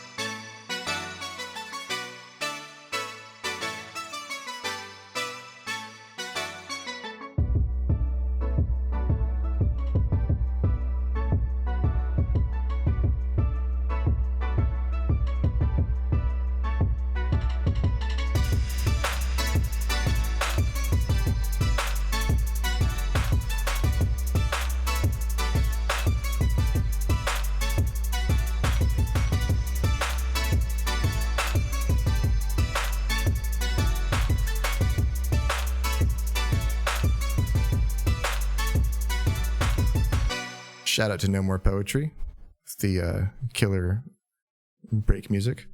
All right, guys. Well, we've talked a lot about some of the economics of Urbit, some of the technical things about Urbit, what we're excited about.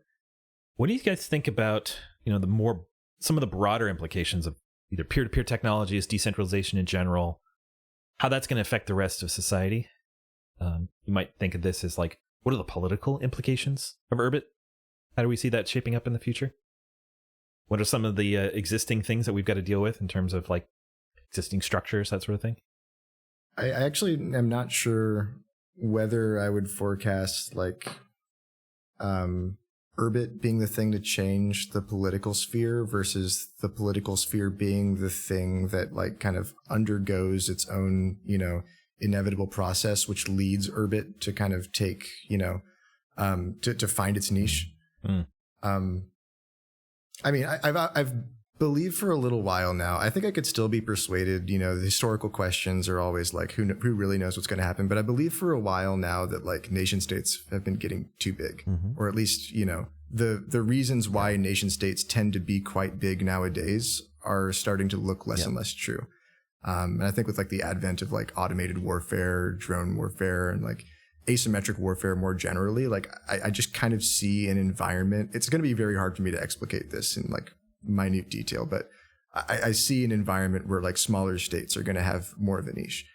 And so, yeah, and I kind of envision Urbit taking like its prime form in that kind of a world where, where a lot of the like, I guess the superstructure, I don't know if I'm misusing that term, like kind of the underlying basis of, the state overlying the different states is more of like a neutral, code is law kind of setting. I kind of see like I do see crypto certainly having a big role. I'm actually fairly bullish on like Bitcoin becoming an international currency. I don't know if that's an outdated take, but yeah, I think at some point something like that would have to happen where like states are quite small. They're not quite capable of like applying their own monetary theory and, and just like having this grand scope of what they're responsible for. They're going to have to limit their scope to something more manageable, and especially things like money, but I think also like connection and the basic digital tools that people use to, when it's like understood that digital life is just fundamental infrastructure. It's, it's a human right effectively to. That's an interesting question for you. To transact online. Can a government make a good host? Yeah. Yeah, I think so. I mean, that's something I've never heard anybody say before, but now that I think about it, like maybe. Especially if it's at a smaller scale. I consider my local government to be an excellent host. Good point. Yeah, I think Dubai and Singapore are two examples. There's probably others of like, maybe not entirely all the way there, but they're kind of motioning towards like a vertically integrated society, right? All right. Well, let's run through a thought experiment. All right. So we've got let's take two small-ish but still relevant countries. Argentina and El Salvador. So you've got Milei on one side, and we've got Bukele on the other, and we've got them down at our in our desk here, or we're like, hey guys, this is what you should do. Run Urbit for everybody. How does I'm pretty sure somebody has had that conversation with Bukele. That would be amazing. But what would that look like from a sovereign perspective? Like, okay, well, if we think about Urbit as sort of like land-like type things, typically, the government has a lot to say about land rights and what gets eminent domain and all that kind of stuff. So, is that antithetical to kind of the architecture now? Maybe, but potentially not, especially if you're getting OTAs from the government, like literally. This reminds me of Twitter, or X now, with Elon's takeover. If you have a benign sovereign, then there's not a lot of strong incentive to switch over to a more neutral infrastructure or foundation that ensures human liberty. Not zero, but not very much either. So in the case of Argentina and El Salvador, would a state level adoption of a fully mature Urbit really proffer all kinds of advantages over other states, perhaps like as a competitive advantage? I'd have to think about that more. Well, how about this one? Let's go away from the legacy institutions and think more about possible new ones, like Balaji's network state idea. What if what's the one that's really digital in Eastern Europe, Estonia. What if Estonia comes out with their latest version of their digital passport and it's an Urbit ID? And all of the benefits that you get from this are purely in the digital realm, but administered by, again, a benign sovereign with, a certain set of obligations, but you might have to pay something for that, something like that. Where it's not a part about not having citizenship, they're not running their own particular government on it, but they're adding benefit into cyberspace. Is that more applicable here? I mean, I actually was always interested what a world would look like where, the passport is the Urbit ID, right? Because there's the whole knock is the only legal form of computing idea, which I think is pretty cool, but I don't know, who knows? But yeah, what about Urbit ID is the only legal form of identity? I obviously can't displace first and last name, but I don't know if that's actually so obvious, but maybe it doesn't have to go so far is all I'm saying. But I think a unified identity shouldn't necessarily be conceived of as the only identity you used, just that everything else is inferior, right? That everything else is your identity due to its relation to another one. And they all point to the same one, right? I wonder whether it will be superior or whether it will simply fulfill a different role. Yeah, I wonder that too. I mean, even outside of an Urbit context, I think digital identity is definitely going to become extremely important. Yes. I think one thing Urbit gets right is that identity is it's just like the protocol wars of the 80s, where it's just dying to be rectified. And once we live in a world where everybody shares the same concept of digital identity, as long as it's properly decentralized and permissionless, there's going to be no way to create the momentum to disrupt that understanding, right? Nobody will try to break the consensus of unified identity once it exists. This is the thesis behind WorldCoin, isn't it? That's what WorldCoin was meant to do, is provide Sybil resistance against AI. Yeah. In a weird way, but that's the idea. WorldCoin is a really weird way of trying to attack the Oracle problem. And then Urbit ID is not trying to attack the Oracle problem. Urbit ID is just saying the thing that exists in digital space is what's real from the perspective of digital space. And I think that's correct. So yeah, I mean, Ryan, you and I had a conversation a while back where you were mentioning you had this conversation about whether it was the token identity or the address identity that was going to be superior. I was wondering if you could kind of explicate your thoughts on that. Well, I was actually having a conversation with Tim of Canode about this a while back, and we were disagreeing or just exploring the difference between a dedicated digital identity and contrasting that with public keys that we have to manage our cryptocurrency balances. And I left the discussion with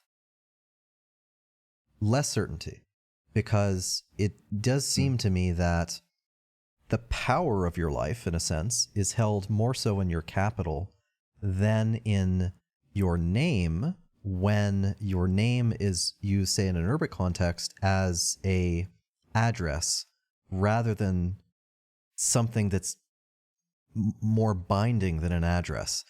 So as an example, some people like BAP, right? So BAP, Bronze Age Pervert, or many other people who get deplatformed, they may lose their handle, but they'll come back on as a different handle and very quickly rebuild the same audience, because people just connect the dots and say, oh, this is the same human, and they switch over.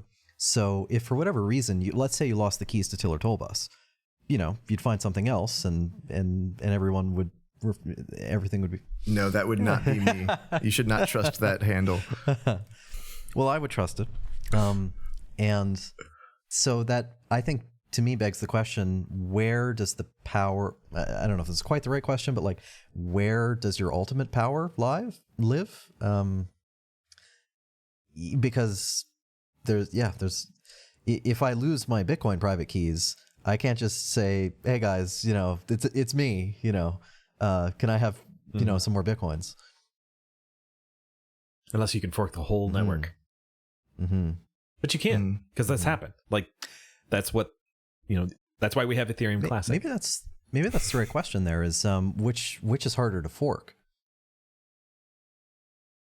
Is Azimuth harder to fork than, other keys that, because like my Urbit ID can't hold Bitcoins. I need a Bitcoin private key to sign off on Bitcoin transactions. So maybe the question is which is harder to fork? Yeah, I think ID seems pretty clearly harder to fork because you can conceive of like, okay, well, I use Bitcoin, you use Bitcoin Cash. Well, okay, I can exchange some of my Bitcoin for Bitcoin Cash and transact with you. I can't see the analogy there to a different identity system. That's interesting, yeah. But on that same note, forking Azimuth or something like that,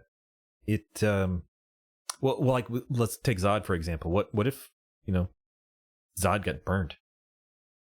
What do we do? Galactic vote, probably. I don't know. And then we fork Azimuth, right? So in the sense, there's a sense of scale that's required here, or dependency, and maybe similar in economics examples as well. Whereas I don't think you could fork Ethereum now, not out of something that's catastrophic.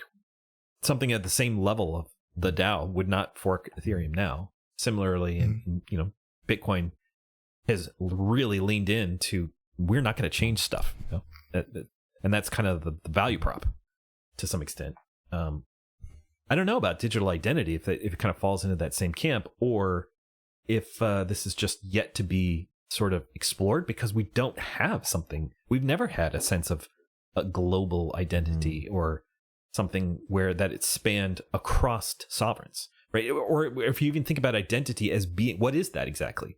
Maybe you have your name, but that's just like something to address you to another human. You really didn't have to prove individuality when they're standing right in front of you. Similarly, you don't have to prove settlement when you exchange a physical bill or gold coins or something like that.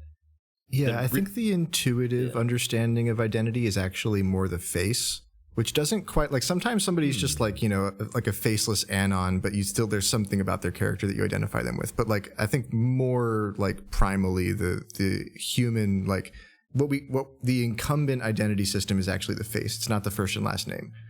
And that's why like you put a photo on your passport and your government ID and everything. And like, there's a very deep underlying question of like whether like the digital world actually has the potential to supersede that, where like a digital identity is more central to like how, like what you would use to identify others than the face. Because certainly, like, if Mark Zuckerberg didn't believe that digital identity would supersede the face, he wouldn't have invested so much money into the metaverse, right? There's this idea that like there's so much that's going to be available when you just put on the goggles that you're not going to want to live in the real world anymore. And I could see the point there, right? Like there's just aspects of like, it hanging out in a room like it's meat space with your friend who's living all the way around the world. Yeah, that's only possible when you just like maximally immerse yourself in digital space. And yeah, at that point, you can just change your face. It's something else about you that makes you permanent. So I kind of lean towards yes. I kind of like see like certainly up until this point, bits are like eroding the world of atoms from the human perspective. And I see that trend continuing. But yeah, just probably necessary to explicate that because not everybody will agree. Some people feel that, you need to be grounded and, treat the Lindy sense of how humans operate as what's prior. And then other things are an extension to that, in which case the face is always going to be the root level identity. And, Urbit ID is just like, your, if anything, the most it could be is your link to the digital world.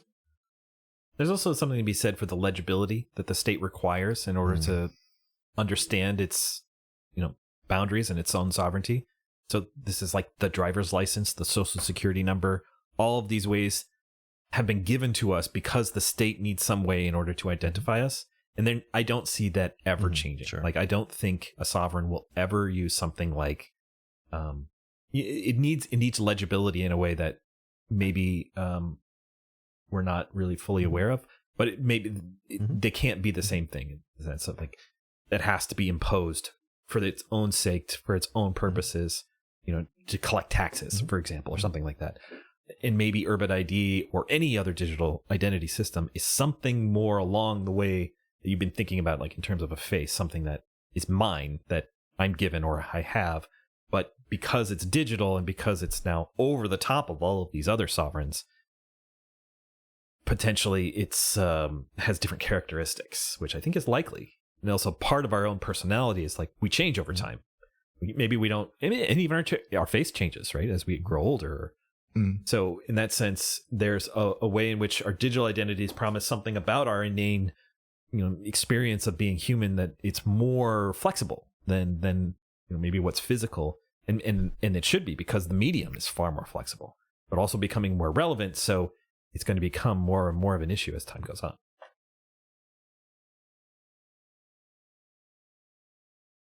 Actually, now that I'm thinking about it like this, I actually kind of would posit that the given name, or not even just the given name, but like the human name, the given and surname combo, is a digital identity. It's just not very good. It's not very collision resistant, is all. Not very unique. Yeah. Not cryptographically provable. You have to go through a centralized system to verify it. Usually the best way to verify it is to pair it with a face. It's addressable in some sense. Yeah. I can address you by it. Like we use that word. Yeah. But you can have a nickname, I think, right? So to get back to your question about, decentralized computing in the political landscape, I think there's two vectors to look at. I think there's just two. One is the identity space, and just like how you see like a unified identity, which I think is inevitable with or without Urbit, kind of affecting like, what's the impact on passports, basically, is the question. And then the other question is the locality of data, right? If you believe in a world, I don't know how inevitable this is, but if data becomes more local to the consumer rather than the producer, how would that affect the political landscape? Certainly, it would, reduce the scope of, of intelligence agencies. I don't know if that's the bulk of the political impact. The way you describe that, it feels to me, instead of framing it as identity, almost like a soul, almost like a being, who you are. The data that you produce in cyberspace is kind of your avatar, in the sense of that's your digital personhood, or the thing that is you represented in these bits. And the thing that addresses that, gives it a locale, is your identity in that sense. But it's really, there is two parts to that. I think it's really interesting to think about from almost like almost semi-spiritual sense of data as being who you are online. And that right now we have this ghostly existence where it's spread out across so many different places, where it still feels like us in some way, but there's this uncanny valley in which it's not really ours. We don't control it. We can't change it. It can be taken away from us. This real sense of depersoning in a digital sense as opposed to a physical one. And that if we could somehow put these together in a way that's much more sovereign or under our control, maybe we can bring back some of our own actual humanity. Maybe that's a spiritual awakening in a cyberspace context. Mozart never died. He simply became his music. Yeah, exactly. It would be kind of ironic if like this kind of like alien looking like identity system that, from the outside looks kind of weird and non-personal actually became like, in practice, like systemically a very personal and like humanizing element of digital life. I mean, I think that is the expectation. And yeah, it would be a great irony because, first impressions are always very estranging. Do you have old copies of your peer just lying around in zip folders from in the past? I've never breached. Oh. Whoa. Just lay it down. People can't see me, but I'm staring him down right now. Yeah. I've never breached. I do. I have little pieces of myself from the past, and I don't get rid of them. I don't delete them. I don't throw them away. because it's like, in some sense, that's kind of who I was at that point in time, or at least a part of me that feels real, that feels like it's continuing to evolve, but in the same sense too, that there's not quite the continuity that I would want from, or at least that I tell myself that I experience in my waking consciousness. I think that's probably somewhat of an illusion as well. But I already have an affinity to these little data files. What is that going to turn into when, everything is like in this digital sphere? And it's weird that like we already had files before, but somehow like the packaging that Urbit does to them makes it feel more personal, makes it feel more like you. Yeah. I mean, this name that I was given, SickDev Pilnup, that was just assigned to me in a random email, but it has taken on so much value for me personally. It's weird to describe it to anybody else who's not experienced it. I think this may be inherent to cryptographic ownership, because I remember very distinctly feeling for the first time when I acquired my first Bitcoin that this is actually mine. This is not contingent. This is not subject to any whim except my own. And it's real. That was the standard for realness to me. And it was like the first time I felt like I really, really owned something. I don't feel I get any sense of ownership over the numbers in my bank account. Right? Even though they're both inherently digital, they're not really much difference over there. But I can't send or receive money necessarily without asking permission. I don't like that. Right. I just don't like that. It doesn't feel respectful to me as a person who understands what they're doing. But I also accept the responsibility, meaning I've accidentally sent crypto to an address that's not real, and it's gone. And I accept that. Right? That's and holding your own keys, it feels like a firing squad, because just one random stray bullet and I can get taken out. And I don't like that feeling either. So I don't know how to square this circle. I think it's probably some mixture of the two. Whereas, also holding your own private keys or bearer assets works in a context where most assets are not like that, because nobody's going to show up and like ask you for your private keys, right? Or generally speaking. So I think it's a complicated thing, but yeah, this personalness of like your agency is also another way of saying your capital, right? Having it more under, the closer it is to me, feels much more empowering than at arm's length. Yeah. And I think having your data, thinking of your data is the same way. Not just like, oh, it's private, it's mine, I don't want you knowing about it, but it's like, it's actually authority, it's power, it's action. And the more we start thinking about it like that, the more useful it'll become. Right. I have another circle that I have trouble squaring, which is that on one hand, like there is this kind of like impersonal sovereignty empowerment narrative about, how Urbit can change, individual or society's lives and like political implications from that light, right? Just like, how can individual people take control of their own destiny, basically. And then like, but there's also this other like kind of niche understanding of Urbit's like importance to human history, which is that it has something to do with the Great Filter, and that Urbit is like Urbit is like an element to the puzzle of how humanity can escape the Great Filter. Well, one thing I've always thought, or I've had in the back of my mind, which is like, how do I know Urbit is succeeding? How do I know? I don't see the user growth. I don't see explosion of, new interest. Is this thing failing? And I think potentially one answer to that is not necessarily a Great Filter question, but something similar, which is like, maybe Urbit doesn't have to. Maybe it just has to be relevant enough to the right people in order to make it through, whatever filter that might be. And I think that I would definitely consider that a success, even if it never reaches, like, let's call it, people don't know their pat peas, for example.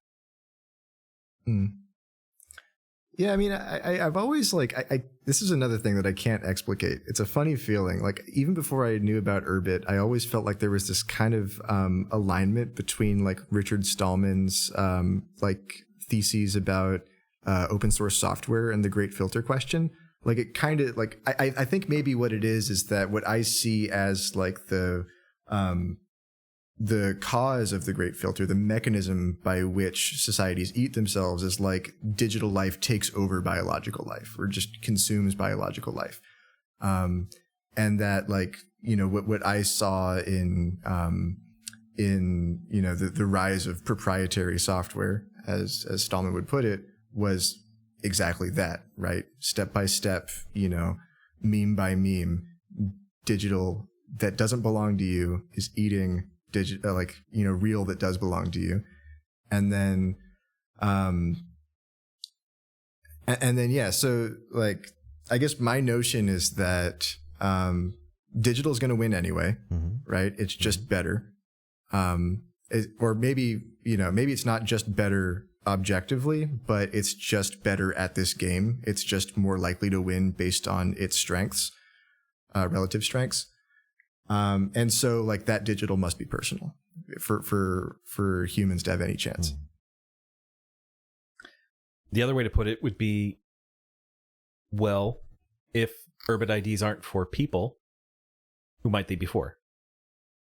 Oh, they could easily be for autonomous AIs. I think there's no question about that. But that doesn't mean the autonomous AGI is going to take mine away from me. I mean, we can live in harmony at that point, right? No, I have my chunk of the address space, and you have yours. Like Ryan said, Mozart never died. He lives on in his music. What if, you know, unfortunately, let's say the Western world or the population continues on its current trajectory, which is, it's also going down. Well, I mean, it's not going down yet, but in the Western world, it is. You know, it doesn't have to be a mass extinction. If we just don't have more kids, there won't be anything left, right? Eventually. So what if it is, you know, what if that's our path? Let's just pretend. And what lives on beyond us? Well, whatever we put into these boxes now. Gillen's talked about this.